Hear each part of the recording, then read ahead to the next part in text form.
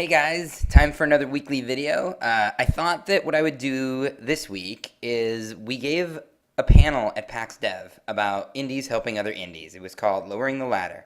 And I thought that maybe what I could do is I could summarize that. It was an hour long, but maybe in 5 or 10 I could just roll you through the gist of it so that those of you that didn't get to go to PAX Dev could maybe get something out of it, because a lot of people seem to like it.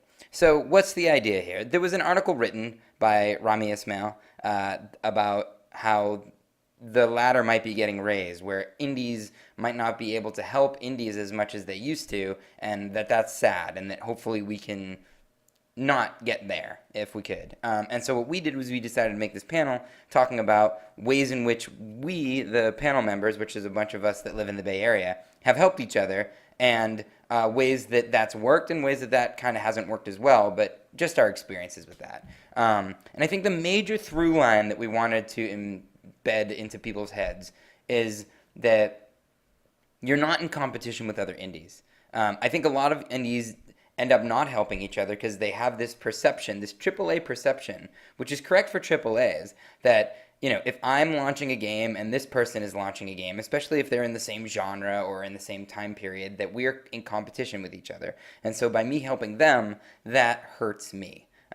It's this whole zero-sum game concept where if you're in basketball, if you get 2 points and then they get 2 points, you're kind of at 0-0. But that's just not how it is for indies, because as an indie, the odds, first of all, that you're going to launch at the same time as another indie is just really small, considering how long our development cycles are and just how many different things can happen. But even if you did launch near them, the marketplace is huge, and the amount of sales that we need is not huge. And so people can buy more than one indie game, whereas a $60 AAA game that's on the shelf, that's fighting for shelf space, that they might not buy more than one of in a month. But an indie game, people will buy multiple of them, and so you're not really ever in direct competition with other indies. And so I think that's really important, because what you need to do is get out there and talk to other indies and help other indies.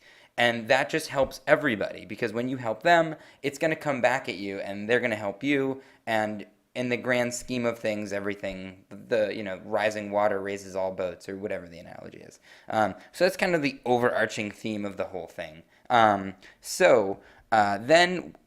just some of the benefits of just interacting with other indies and helping each other out. Learning by observation is the title of this slide. I'd kind of almost call it learning by osmosis. Just by being around other indies, you can start to absorb a lot of their knowledge and a lot of just the ways that they do things. And if I was around other indies, I might ask specific things about, like, how are your sales this month, and what should be my marketing strategy. But when you kind of operate around other indies, you can kind of learn a lot of things that maybe questions you wouldn't ask. So as an example, I was in the IGN Indie Open House with both David Rosen and Alex Austin. And both of those guys were really influential on me when I was there and even after. Because like Alex Austin, for example, when I got in there, I was thinking I just quit my job at DreamWorks, I had just started my company, and I was thinking about, okay, I'm going to get this, I'm going to form this team, and I'm going to make all these contracts, and I'm going to operate like a small business. And Alex looked at that, and he started telling me that he kind of treated it a lot more like a garage band, where people were going to come onto the project and people might leave the project, and there might be creative differences and stuff like that, and the structure was going to be a lot less rigid. And as I found out as I went on, that was the case for me. A lot of people were able to come on the project, but I wasn't able to pay them very well because I didn't have a ton of money, and they would be working in their spare time, and then they'd have to leave the project, or they would come on and then it would turn out that they just weren't as productive as I had hoped, or whatever. So there was kind of this ebb and flow of things. And so having a less rigid stance on everything about the way that we worked made it so that we could kind of absorb those blows. So that was really important for me to learn that from him. David Rosen had a very different just perspective on things. I was very much like, oh, I'm going to go out on console, and I'm going to do a deal with a publisher and all this stuff.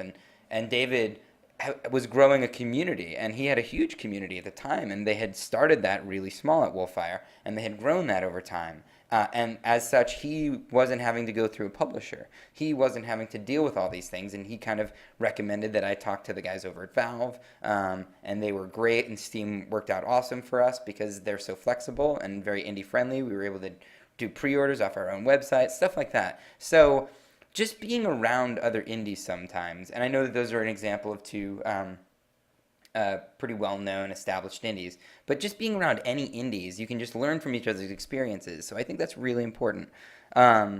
So as for some like real live examples of things that we've done that have worked or haven't worked, so let me just run through the first three of these real quick. So cross promotion is something that you always hear about, and granted, these examples are just only two examples, and we probably do it wrong because we're not marketing people. But what we found is that while the numbers for cross promoting with other indies, the percentages might be really good. The final numbers is what really doesn't work as well for indies. For example, here, when we did one with Triple Town and Total Toads, there was a cross promotion. Even though those percentages aren't that horrible, because the sales that you start with aren't huge, those percentages of those sales aren't huge. A quick example from me, I have a mailing list, and I was able to give out a bunch of coupons for another indie, and you look at those numbers, the sales were 4 times normal for a few days, and the web traffic was up, and their mailing list signups were up, and that's really good. I'm not saying it's bad. It was zero cost, so that was a really good thing. But when you're talking about 4 times a really small trickle of sales for an indie, that's not really that much considering how many coupons might have been giving out. And maybe it'll, thicken the tail and stuff like that. But for us, cross promotion, individual indie to indie hasn't worked out that well. Indie cards is an idea that we had that we've been working on for a while, where it's like, wouldn't it be cool if we made CADs for the different games that we have, maybe pictures of the developer, stuff like that. And it's a way that we can all kind of get together and help promote each other's games and just give something to the fans.